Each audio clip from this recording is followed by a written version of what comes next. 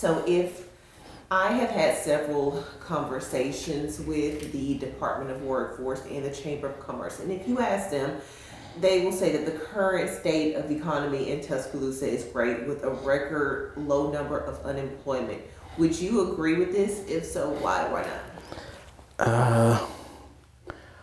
I'm not going to agree with it because we have a lot of young people that are just walking the streets. A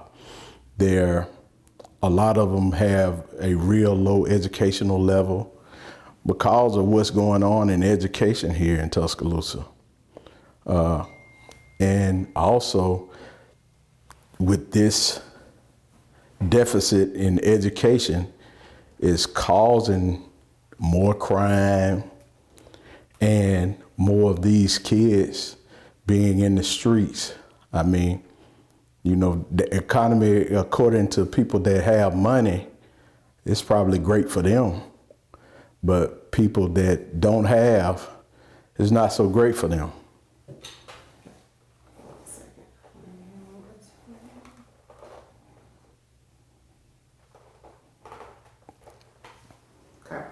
So one thing the current Secretary of Department of Workforce says is that he would like to see more emphasis on the amount of well-trained employees we have in the current workforce. So if elected, what incentives do you think the city can provide to make sure that Tuscaloosa is getting the best employees? Well, first of all, they have to increase their standards as far as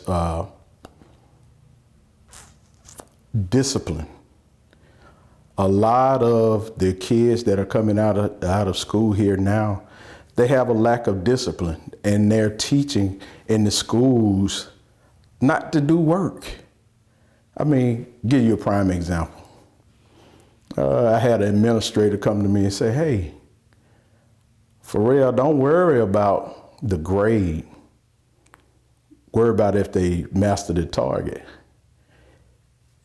I've never seen anybody master anything and not do work. So if we are teaching them that in school, how are you going to have a good workforce? You got to teach them that it's consequences. You have to work, you know, and have some discipline. That's the only way you're going to have good workers. You got to have some discipline, and they got to have a good work ethic.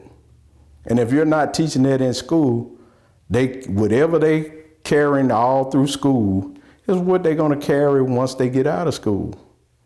If they have a lack of discipline, low educational level, because what that's going to do, they're not going to be able to follow instructions. You know, a lot of these kids, their reading level is so low that they can't read the instructions given so that they could be a well-skilled worker, because they're not teaching that in school. Wait 1 second. Let me fix your cord. Sorry, just so it's not. Yeah. Sorry about that. You look so familiar, though.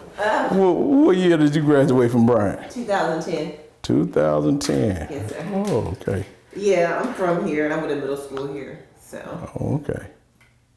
So the city of Tuscaloosa has grew significantly, especially over the last decade, and many city leaders attribute that uptick in growth to the University of Alabama and companies such as Mercedes-Benz. If you are elected, how would you work to continue this growth? Just like I said,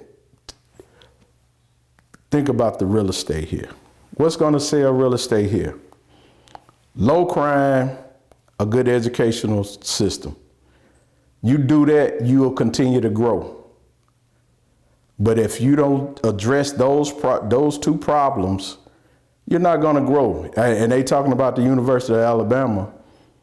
Yeah, the university has grown, and that's not been a real benefit for the people in Tuscaloosa. But just like I said, if you take care of those crime and education, You're going to continue to grow because you're going to have good workers, and people are going to businesses are going to want to come here. You know, that's how you continue that growth. So, next question. What issues would you say are facing Tuscaloosa when it comes to growth and development? And maybe you've already answered that, but maybe Okay. you reiterate. Okay. One of the things is we don't have enough low-income housing. You know, if we get more low-income housing, okay, that's going to help to decrease the crime, okay?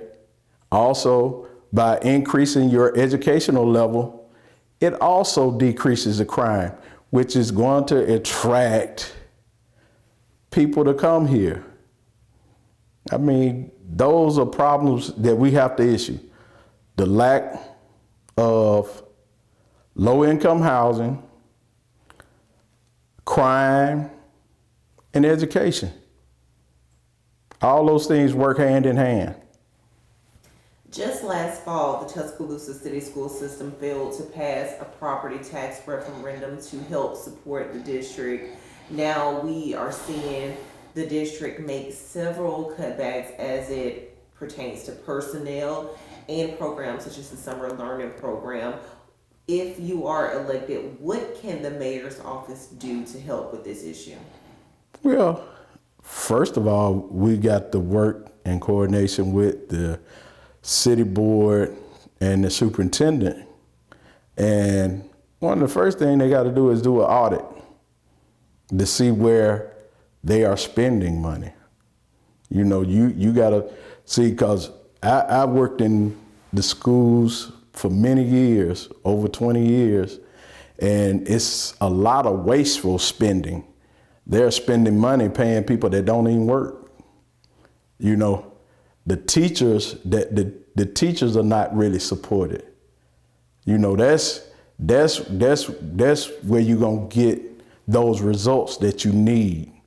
You know, that's where you need to put your money in those teachers, not in all these different programs. You know, they like to send you to get all these strategies and stuff. Teachers already know what the kids need because they there with them every day. You know, they take care of what they supposed to. But just like I said, we could get with the board as well as the superintendent, and you know, they need to do an audit and see where we can help them. Because most of the money that the city spends is on security. Most of the money is spent on security. And if there are some things that they could change where the security wouldn't be such an issue. Like, you know, some kids can't handle the regular classroom, you know, and need another option, you know, which would cut down having to have so much security. You spending so much money in security instead of those things that, you know, you could really be helping the schools with. Yeah, yes, sir. So earlier we spoke about the growth and development here in Tuscaloosa, and we all know that when more people comes more crime. Right. Do you think that enough is being done to fight violent crime in Tuscaloosa? No. First of all, the strategy they're using is to just arrest people. The first thing you got to do, you got to get officers that are dedicated to different areas. That's where they work. That's where they work. Do more community policing. You know, where you know the business owners, the people that live in those communities. See, because if the people don't trust you as a policeman, they're not going to tell you anything. They're not going to tell you anything. But just like I said, if you get that trust between the police department and the public, and you community police, a lot of times just being in an area and knowing the people, and they know that the people trust these people that are committing these crimes, they know that the people where they live trust the police, they're more likely to inform the police of things that are going on. if they have that trust, which would decrease the crime. A lot of people don't understand that. And the public has to realize that the police department can't do any more than what they help them to do. I mean, give you an example. Me and some friends of mine, we worked here in Tuscaloosa, and we worked public housing. And we had a great relationship with the people in public housing. We took care. We had kids that, we could go to, we could give them candy and badges. And you just having that relationship with those kids help cut out a lot of stuff. Because guess what? Kids do. They see somebody doing something wrong. Hey, right, I'm going to go to the police.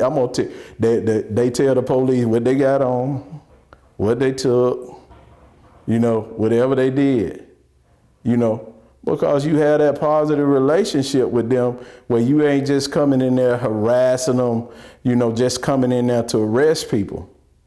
You got to treat everybody the way you want to be treated, and when you do that, that crime goes down. I think a lot of the people that worked outside of where we worked, they was jealous about the results we were getting. We wouldn't have but 4 or 5 calls a week, and we covered 4 housing complexes, and that was just by being there, building those relationships with the people. So, ABC 3340, we have a pretty, I would say, large West Alabama audience, which, makes up which Tuscaloosa County makes up a good portion of that. So, this is going to air today and tomorrow. You are speaking to the viewers in Tuscaloosa City at home. Why should they elect you? They should elect me because I'm going to hold people accountable. I'm going to tell the truth. I'm going to be very transparent. Bottom line, it's a lack of people being honest in politics today, which is causing the people to hurt. And just like I said, I'm going to be very transparent, and I'm going to tell the truth. All right. Is there anything else you want to add? That's not a trick question. We always Right, ask. right. Is there anything you want to add? Anything that I missed, I didn't ask you, that you want to get across? Well, I want to say 2 things. Yeah, of course. I want to dedicate this run for the office of mayor to my colleague and Zeta sister, Lucia Pruitt, who dedicated her life to educating kids. Also, I would like to dedicate it to my friend and Sigma brother, Will Walton, who dedicated his life to protecting and serving the community. Okay. Thank you. Thank you. Very nice.